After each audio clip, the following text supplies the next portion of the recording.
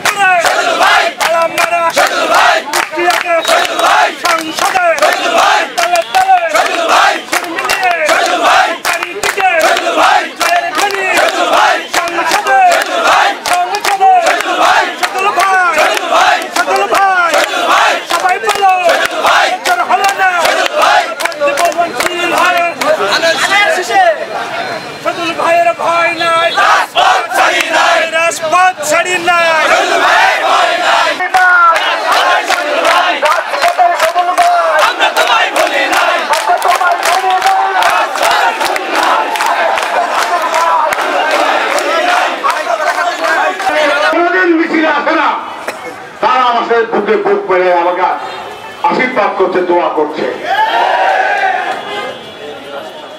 BNP নির্বাচন করছে জয়লাভ করার জন্য, পরাজয় বরণ